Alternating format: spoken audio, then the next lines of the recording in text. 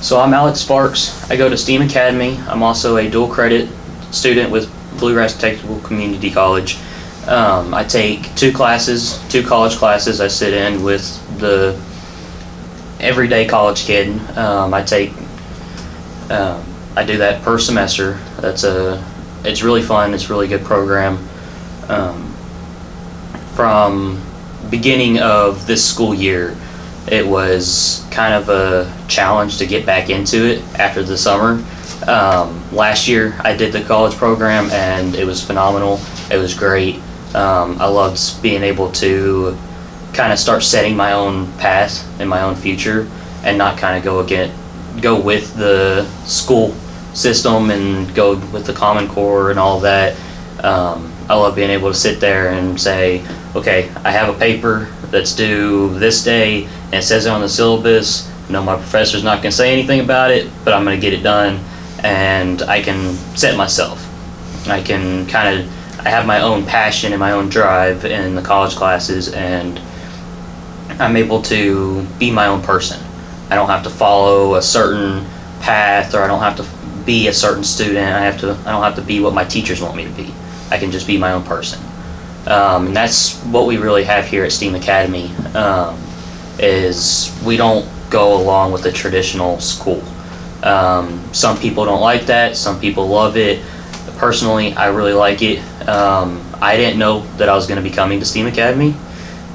2 weeks before my my freshman year started, my dad gave me a call and said, hey, I signed you up for a program school. Starts in 2 weeks. And I was like, oh, great. So wasn't super excited about it. I was really upset that I wasn't going to be going to Lafayette is my home high school here in Fayette County. And I wasn't going to be seeing my friends. I wasn't going to be following that, go to high school, get your GED, and go on with your life. I didn't know what the school was about. I didn't know anything about it. So my freshman year, had no interest, didn't want to talk to anybody, didn't want to do my classes. So I really just threw my freshman year away, and I really regret that to the full extent. And then there was a teacher here that sat down and talked with me, because I used to wrestle with Lafayette High School, and her son wrestled with Lafayette, or with another school. And she sat down and talked with me and was like, hey, why don't you like STEAM Academy? What can we do to make this better for you? And me and her sat down for almost 2 hours one day after school. And to me, I have never had a teacher that spent that much time and interest into what I wanted to do and to what I wanted to be. And she really, Miss Mayo was the teacher. She was my Algebra 1 teacher, and she is the real reason why I'm still here at STEAM Academy. My father really pushed me. My mom really pushed me to be here. They both saw the potential in the school, and they really both believed in the school. My parents are both split, so being in two different school districts, I kind of had my options with school, all the way from elementary school.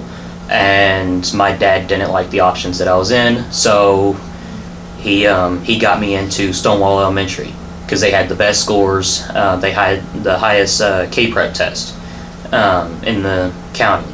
And he saw that it was a great school and a great opportunity. He knew some of the teachers, and he knew that it was a great place. So he really wanted to put me in the higher expectation.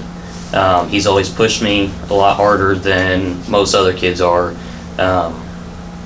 So being in the better school district and getting pushed to be better and to strive for higher was always a big thing for me, and was always a big passion of mine, to make sure that I was doing something bigger, to get the good grades. And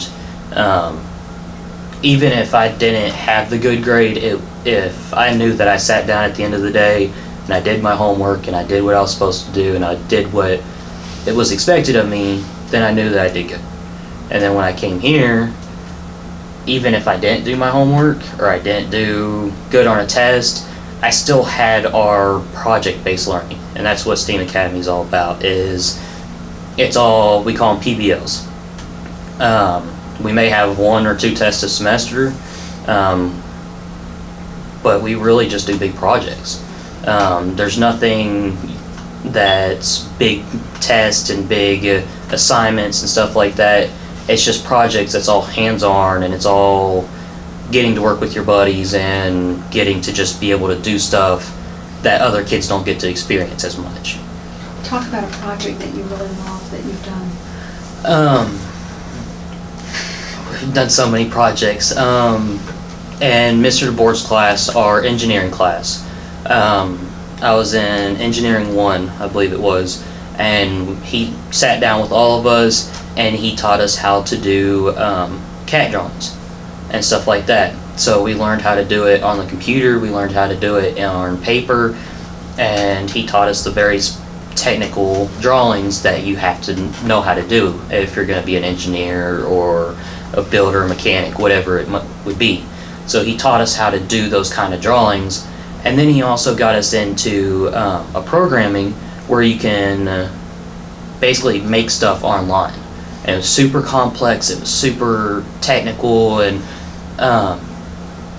if it wasn't for him sitting down and explaining it to us, then I don't know if most of the kids would have gotten it or understood it. Because I have buddies over at Lafayette that did the same project, but their teacher just said, here's the website, here's the program, go have fun. Go do what you want. Figure it out. And he really sat down with us, and if we didn't understand, he'd be like, all right, let's go over it again. And he would take the time, even if it was just one person that didn't understand the lesson plan, he would spend a whole nother day just sitting down with you and talking about it.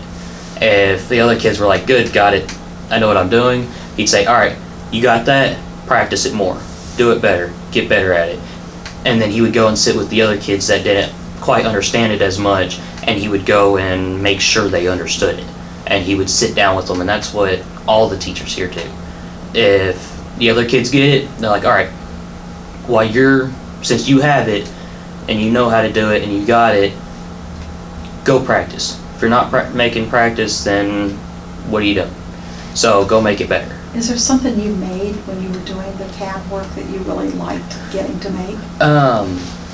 We've done a lot of projects with like boat building, and we've actually made, I believe it, around 3 boats just here at STEAM Academy, down in the workshop. We have a full workshop downstairs with all kinds of power tools, and he supplies all the supplies that you need, and we've made a couple boats downstairs. What kind of boats have you made? Just like little John boats, just little simple wooden boats. We don't do a whole lot of like metal work, but for a high school, I thought that was pretty cool, especially our size. We don't really have that many kids in our school, so to be able to make a full-size boat that 3 or 4 people could sit down in and row it, it's pretty cool. Come out of a classroom. It's interesting to me that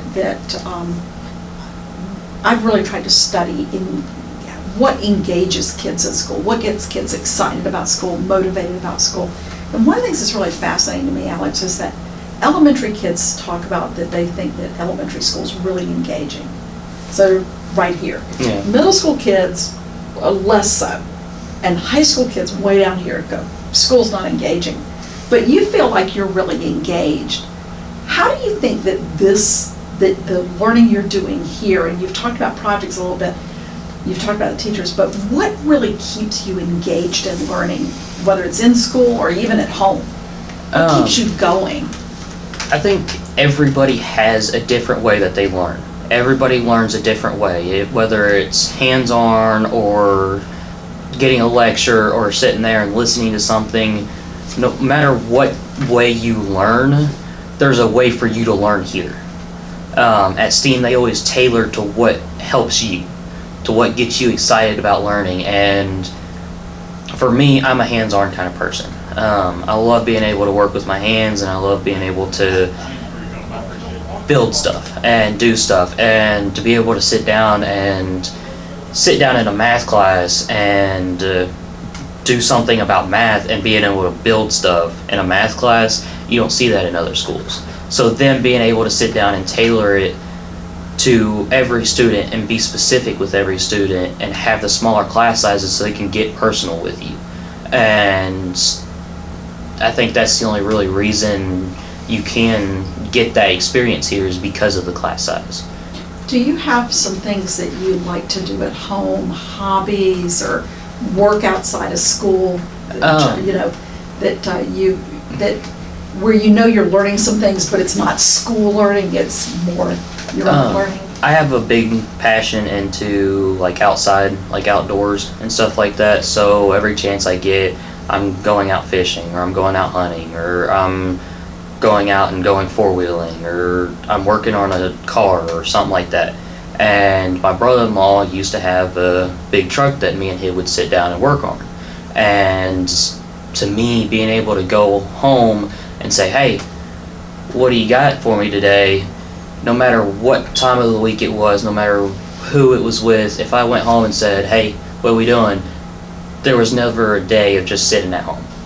There was always something that we were going out doing. There was always going to a festival or going for a hike, or like I said, I used to be in wrestling practice. So wrestling, you're in practice 5 days a week for 3 hours.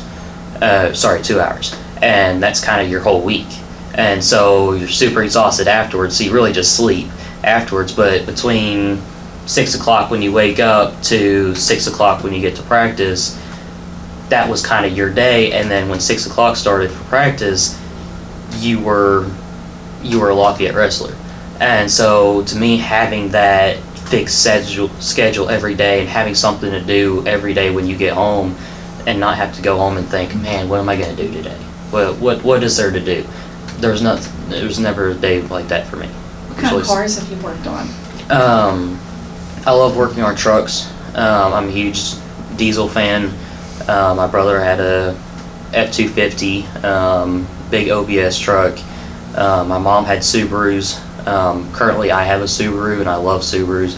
Easy cars to work on, fun cars to work on. I work on four-wheelers, Jeeps, anything somebody trusts me to touch their car with, then I'm all for it. How have you learned to do that? I mean, because Ira and I were just talking this morning about this, and you said your dad was kind of your teacher. Yeah. Yeah. So how have you learned? My dad is not mechanically inclined at all. If you gave him a tool, it would probably be a screwdriver. But my grandfather, he lives in Eastern Kentucky. So his whole life, from the time he dropped out of school in 8th grade to go and work and provide for his family. So from the time of 8th grade to now, he's always been fixing stuff and working on stuff and building stuff. And for even periods of time, he even owned coal mines. And he would be able to sit down and work on trains or big dump trucks or big excavators or whatever it would be. And my brother-in-law actually would sit down with me, and he would explain. Me and him, he called me up one day when I got off the bus, and he goes, hey, my drive shaft just dropped out of my truck. Come on over, let's go fix it. I was like, all right. Came over, I was like, dude, how'd you break your drive shaft? He was like, oh, long story. And so we sat there and we replaced his drive shaft. And one day before he's going to a truck show, his transmission dropped out of his truck, just going down the road. So he was like, hey, I need you to help me put this transmission back in. I was like, let's go. And so him being able to sit down with me and say, just being his girlfriend's little brother to him, and being able to sit down and say, hey, I want to spend time with this kid. Him being able to sit down and show me this stuff. He taught me how to weld. He taught me how to work on trucks, on cars, taught me different stuff about cars, just stuff like that. I couldn't break down a whole car, but I could tell you little stuff about cars. It's just an interest of mine, and I'd love to get to know more. What is there anything that connects? You know, this is a science, technology, engineering, place, and to me, cars are all of that. Mm-hmm. In addition to being art, hopefully, not all are, but. How does you're really passionate about that. You like that, I can hear it. So is there anything there that connects to what you're doing in school every day? working on cars doesn't really kind of come back to school with me. I kind of keep that as a home thing. I'm also really passionate about law enforcement. My father was with the Lexington Police Department for 18 years, and so since I was a little kid, I was like, I want to be an officer. I want to serve my community. So when I got to school, I leave the hunting stuff and the outdoor stuff and the cars at home, and when I get to school, it's about being professional and being a member of the community, being the best person I can be to represent myself to one day hopefully be able to wear that badge. And right now, being at college, I'm counting down the days until I graduate just so I can go to university and start my criminal law degree. And that way I'm one step closer to being able to enlist in the service or be able to go and do something that's bigger than me. Because that's what I've always seen the military and police as, is go and do something bigger. I love that. You know, it's interesting because you do a lot of problem solving, probably when you're doing auto mechanics. My bet is that if you end up going into something like police service, you'll be using a lot of problem solving. Oh, yeah. Yeah, and I'm not an expert on it, but this guy here spent a few years in NYPD. Okay, yeah. Previous life, but it is a job that is really about nothing else besides problem solving. Yeah. That's all you do all day. Last year, I spent the majority of my year at a tech school here in Lexington. We have 3 tech schools that kind of tailor to specific interests, and I went to Eastside, which has a Homeland Security program. And for an entire year, I basically got to live the life of an officer. Every day when I came into the classroom, I was 10-8. I was ready to go. I was on duty, and I was ready for a call. And we would wear a duty belt. We had red man guns, plastic guns, that we carried around, and we presented ourselves as officers of Eastside. We called ourselves the Eastside Police Department. And to me, being able to feel that feeling, because my dad's always tried to talk me out of being an officer. He was like, don't do it. He was like, I know what it is, and don't do it. I don't want you to be an officer. I don't want you to be into that. And so being able to know what it was kind of like and being able to kind of walk that path a little bit, to me, that was the highlight of my high school years, of being able to carry myself. And at any moment, I knew that we call her captain because she was a captain of Kentucky State Police, and then she retired and became a Fayette County teacher. And so we called her captain, and she would go and find a random student in the school, and she'd come up behind them with a plastic gun, and she'd take them hostage. And we get a call over our radios and say, hey, we have a hostage situation, we need 1096, we need to be in route. And so at any moment, at a spur of a moment, we could be put into a high stress situation. Because even though it was plastic guns and it was just role playing and it was just not really having fun, but it was just a situation, it was still really stressful. It was that adrenaline pump and somebody else's life is depending on mine. And that feeling, and to me, that was something that I can't wait to go and get into the Marines or into law enforcement, because I also have a passion in enlisting. What do you think is the most important skill or competency that somebody that's working in police or law enforcement really needs to have? What do you think what do you think is most important about that job? You really need to have a sense of passion. If you don't have a passion for what you're doing, and you don't have a passion for being able to solve those problems and have that mental awareness all the time and have the drive to be the best you can be every day to protect yourself and be able to go home at the end of the day, if you don't have that passion, then it's not for you anymore. My dad used to tell me all the time that if you lose your passion for law enforcement, you might as well hand in your badge. because you've lost your interest. You're not looking out for yourself. You're not looking out for your buddies. You're not looking out for that person that you're out there to save and take care of. And to me, passion is just, if it's not there, then it's not the right career. Perfect. I Okay. think that's a good spot to stop. Yeah, this was wonderful. I would tell you